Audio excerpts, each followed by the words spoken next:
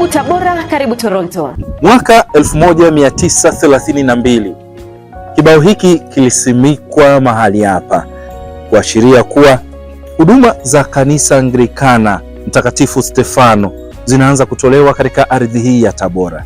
Kanisa hili inaelezwa kuwa miaka hiyo walikuwa wanasali wazungu, Wahindi na watu wengine weupe. Hakuna Mwafrika aliyeruhusiwa kuingia ndani ya kanisa hili. Miaka 30 baadaye, tarehe 9 Disemba mwaka 1962, Mwafrika wa kwanza ambaye alikuwa ndio mchungaji wa kwanza, Francis Ntiruka, alichaguliwa na kuteuliwa kuja kuhudumu katika kanisa hili ambalo sasa lilifungua milango kwa Waafrika kuweza kuingia na kuweza kusali ndani ya kanisa hili.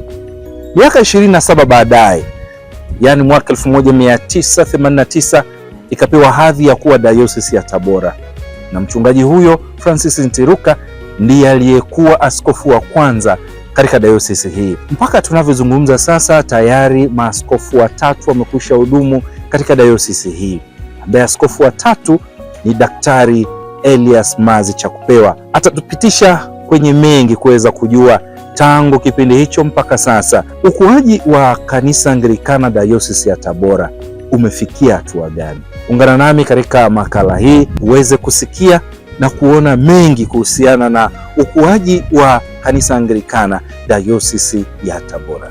Kwa hiyo 1932 walijenga hili kanisa la St. Stephen, na lilijengwa kwa michango ya Wakristo, tena wanawake wa Uingereza, umaki kutoka seminary wa Guildford pale Uingereza, nje kidogo ya London. Bahati nzuri nimefika Guildford. Kwa hiyo umaki wa Guildford ndio waliojenga hili kanisa la St. Stephen, na hii pia inatukumbusha kwamba umaki kumbe wanaweza kufanya mambo makubwa tu. Kwa hiyo kanisa hili la zamani mnaoliona la Mtakatifu Stefano lilijengwa na umaki wa Guildford kule Uingereza, Diocese ya Guildford Uingereza. Na sasa baada ya kujenga kanisa hili, wazungu wote waliokuwa wanahudumia kanisa hili walikuwa wazungu mpaka mwaka 1962 alipoletwa Francis Ntiruka, mchungaji wa kwanza wa Kiafrika. Alikuja mwaka 1962 mwezi Disemba. Actually alikuja siku ya uhuru tarehe 9. Kwa hiyo alikuwa kwenye basi wakati watu wanasherehekea uhuru, yeye anakuja kuripoti hapa.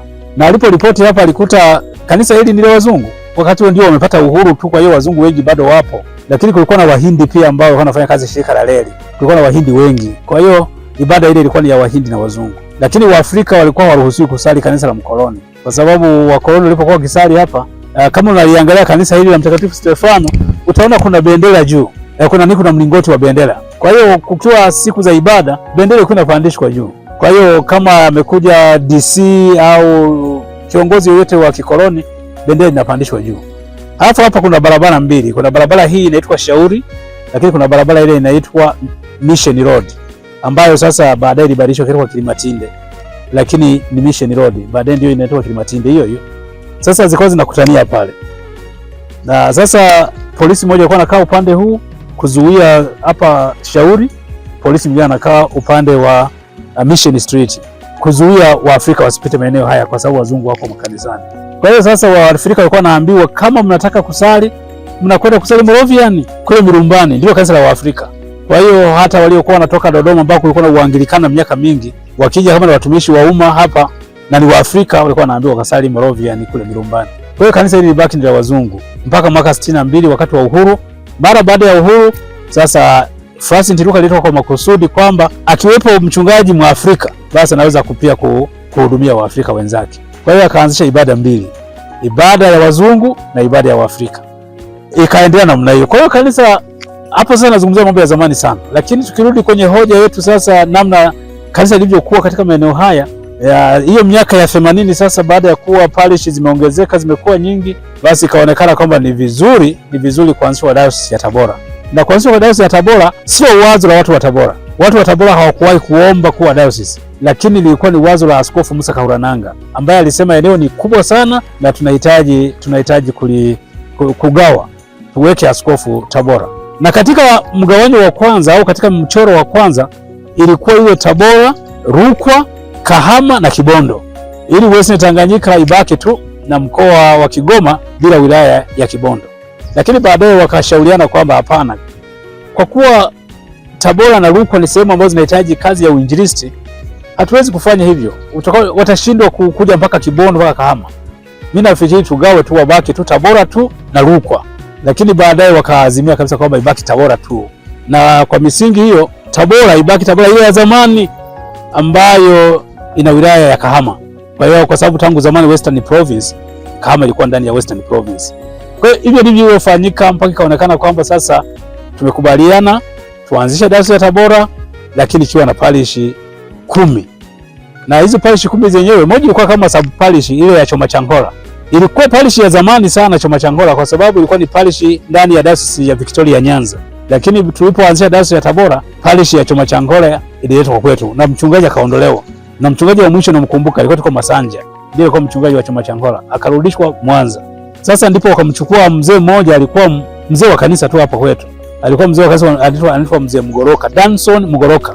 Danson Mgoroka alikuwa mtumishi wa umma. Sikumbuki alikuwa Lewe alikuwa wapi, alikuwa mtumishi wa umma. Kwa hiyo Danson Mgoroka alikuwa tayari ni lay leader hapa. Basi askofu akamweka mikono kuwa mchungaji na ndiye akamtuma kwenda kuwa mchungaji Chomachangola. Kwa hiyo ikawa katika hali dhaifu sana Chomachangola. Na kuna jambo moja ambalo ni la kuchekesha kidogo. Kipindi kile miaka ile ya 80 ilikuwa 80 na nafikiri na 5 na 6. 85 86 wakati tumeanzisha parish ya wakati tumeweka mchungaji Chomachangola, kulitokea tukio moja. Kulikuwa na njaa sana katika maeneo haya na hasa upande huo wa Chomachangola, Nzega. Kwa hiyo Dayosisi ya Western Tanganyika ikaamua kugawa chakula kuwasaidia wachungaji na watu wengine. Danson Mgoroka kaja akachukua chakula hapo Lelwe, akapakia mizigo yake kwenye gari. Wakati anaenda Chomachangola gari likatekwa, wakanyang'anywa ule unga. Kwa hiyo siwezi kusahau hilo tukio. Ni tukio ambalo kidogo inaonyesha ugumu wa uinjilisti. Amekuja amechukua chakula kile, amejaza kwenye gari, alafu ametekwa njiani, wamenyang'anya ule unga. Lakini na hapo ni katika matayarisho ya kuanzishwa dayosisi, kwa sababu ilikuwa lazima dayosisi ianzishwe ikiwa na parish 10. Kwa hiyo Chomachangola iliingizwa ili uweze kutimia parish hizo 10. Basi baada ya parish 10 kutimia, ndipo dayosisi ilipoanzishwa tarehe 2 mwezi wa 7 1989. Tarehe 2 mwezi wa 7 1989. Kwa kumsimika Francis Ntiluka ambaye ni mchungaji wa kwanza baada ya wazungu. Huyo ndiye alikuja tena kuwa askofu wa kwanza wa Tabora. Ni jambo ambalo kidogo coincidence linafikirisha kidogo. Na kwa bahati njema na kwa neema, mimi nilikuwepo kwenye ibada ile ya kumsimika kuwa askofu, na ilifanyika pale ambapo wamejenga sasa jukwaa la kwaya. Kwaya wanafanyaga kama wana makambi wanafanyaga pale. Pale ndipo ibada ilifanyika pale. Na wakati huo hii njia bado inapita. Tunapitia tu Uhaziri hapa. Kwa hiyo barabara hii ya Uhaziri ilikuwa bado iko wazi. Pamoja na kwamba Uhaziri ilikuwepo. Maana Uhaziri ilikuwepo hapa tangu mwaka 72. Kwa hiyo tangu mwaka 72 Uhaziri ilikuwepo. Lakini barabara ile iliendelea kupita. Tukawa tunapita, tunakwenda inatokezea kule Posta. Kwa hiyo sherehe iliyofanyika ilikuwa kubwa sana. Na viongozi wengi walikuwepo. Askofu Katoliki nakumbuka alikuwepo Mgurunde. Askofu Mgurunde alikuwa askofu Katoliki na alikuja kwenye hiyo sherehe. Kuna viongozi mbalimbali.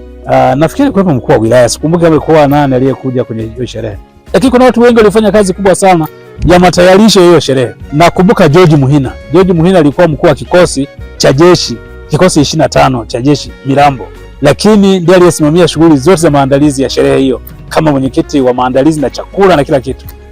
Lileta lile la kubeba maji, boza lile la jeshi. Yani hapa ilikuwa mbio, kila mtu alikuwa anafanya kazi kwa bidii. Kwa hiyo inanifurahisha sana kukumbuka mambo hayo. Dayosisi yetu ilipoanza ikiwa na parish hizo 10, ikiwa na wachungaji 12, kulikuwa na wachungaji 10 leo kwenye parish, na kulikuwa na msaidizi hapa Isaya Mugaragu alikuwa msaidizi hapa nakumbuka. Kwa hiyo jumla ya wachungaji wote waliokuwa wakati ule ilikuwa ni 12 tu. Lakini leo tunaposimulia tuna wachungaji 70, actually 74, wachungaji 74, na tuna parish ambazo zinafikia 57. Kwa hiyo tunaweza kumpa Mungu utukufu katika jambo hili. Mengine tutaendelea wakati mwingine. Asante sana.